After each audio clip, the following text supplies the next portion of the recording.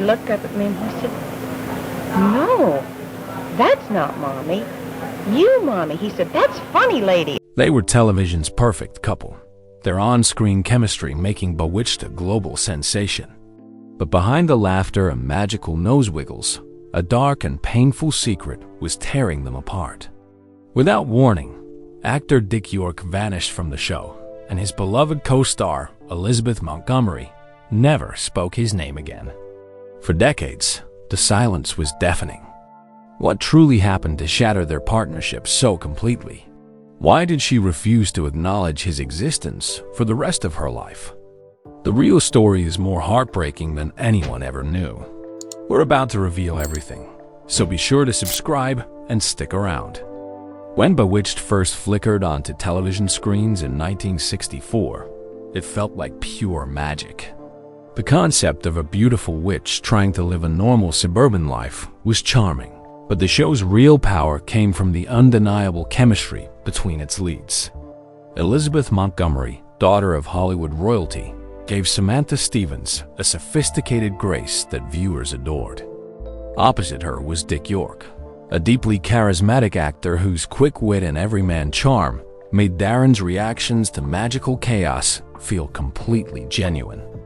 Behind the scenes, their connection was just as real. Co-stars remember them laughing constantly between takes, their banter flowing effortlessly. In those early seasons, their partnership helped make Bewitched a ratings titan. But even as audiences fell in love with their perfect on-screen marriage, something was beginning to fracture behind the curtain. A dark secret was festering, one that would eventually consume their friendship and destroy everything. The shadow that loomed over the set had nothing to do with magic. Long before he was cast as Darren, Dick York was already battling a private demon. The year was 1959. On the set of the film, they came to Cordura. During a physically intense scene involving a railway handcar, a mechanical failure caused the heavy lever to slam into his back. York later described the moment as feeling like an explosion in his spine. The injury left him with a torn muscle and a lifetime of agonizing chronic pain. In an era where actors were expected to just grit their teeth and perform, he pushed through, relying on a dangerous cycle of painkillers just to get through the day. By the time he signed on for Bewitched, he was already living a secret life, constantly managing his pain in silence. But the relentless pace of a hit television show was a ticking time bomb, and it was only a matter of time before his hidden agony would erupt into the open. In the beginning, Dick York's incredible professionalism masked his suffering. He would deliver his lines with energy and humor, only to collapse into a nearby chair the moment the director yelled "cut," often drenched in sweat from the effort. The crew quietly adapted. Special angled boards were brought in for him to lean on during long scenes, and stagehands kept a cot nearby so he could lie down between takes. Scripts were subtly rewritten to have Darren sitting or lying down more often, and directors framed shots to hide him bracing himself against furniture for support.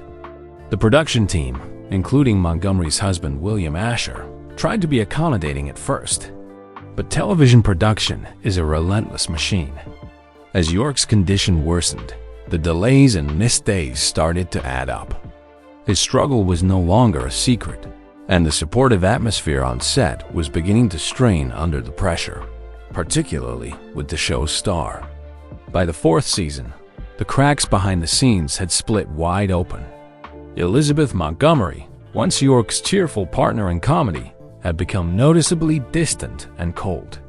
Her professionalism was as sharp as ever, but crew members reported that the friendly banter between takes had been replaced by an icy silence. Rumors began to swirl on set. Some claimed she was frustrated with the constant production delays caused by York's condition. Others believed her husband, the show's demanding producer William Asher, was influencing her. Asher was known for his no-nonsense attitude and reportedly clashed with York, seeing his health issues as a threat to the show's efficiency. The message was clear. Patience had run out. Montgomery never said a word against him publicly, but her actions spoke volumes. The warmth was gone, replaced by a guarded, professional wall that left York increasingly isolated in his struggle. Their on-screen magic had become a painful illusion. The moment that changed everything came without warning during the filming of the 5th season. For months, Dick York had been hanging on by a thread, but on one fateful day in 1969, that thread finally snapped. The cast was filming a scene on the kitchen set when York, standing under the hot studio lights, suddenly turned deathly pale. He began to sway, and before anyone could react, he collapsed onto the floor in front of the entire cast and crew. Production came to a screeching halt as he was rushed to the hospital. That was the last time he would ever step foot on the Bewitched set. The studio released vague statements citing health concerns, but the reality was far colder. York later revealed that he had begged producers for a few weeks to recover, promising he could finish the season. The call he was waiting for never came. His time on the show was over. Instead of a get-well card, Dick York received the news of his replacement. Just days after his collapse, the studio announced that Dick Sargent would be taking over the role of Darren Stevens. For viewers, it was a jarring change with no explanation. York simply vanished from the show as if he had never existed. But for York, the professional blow was nothing compared to the personal one.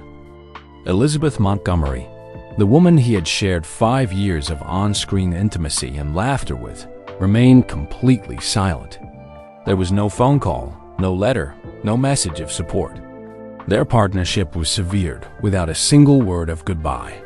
Some blamed her husband, William Asher, for enforcing a clean break, but others saw Montgomery's silence as something far more personal. It was a cold, deliberate distance that left York devastated. He had been pushed out, replaced, and effectively erased by the co-star he had deeply respected, and that silence would haunt him for the rest of his life. After being cast out of Hollywood, Dick York's life spiraled. His back injury grew worse, leaving him in constant agony, and the acting roles dried up completely.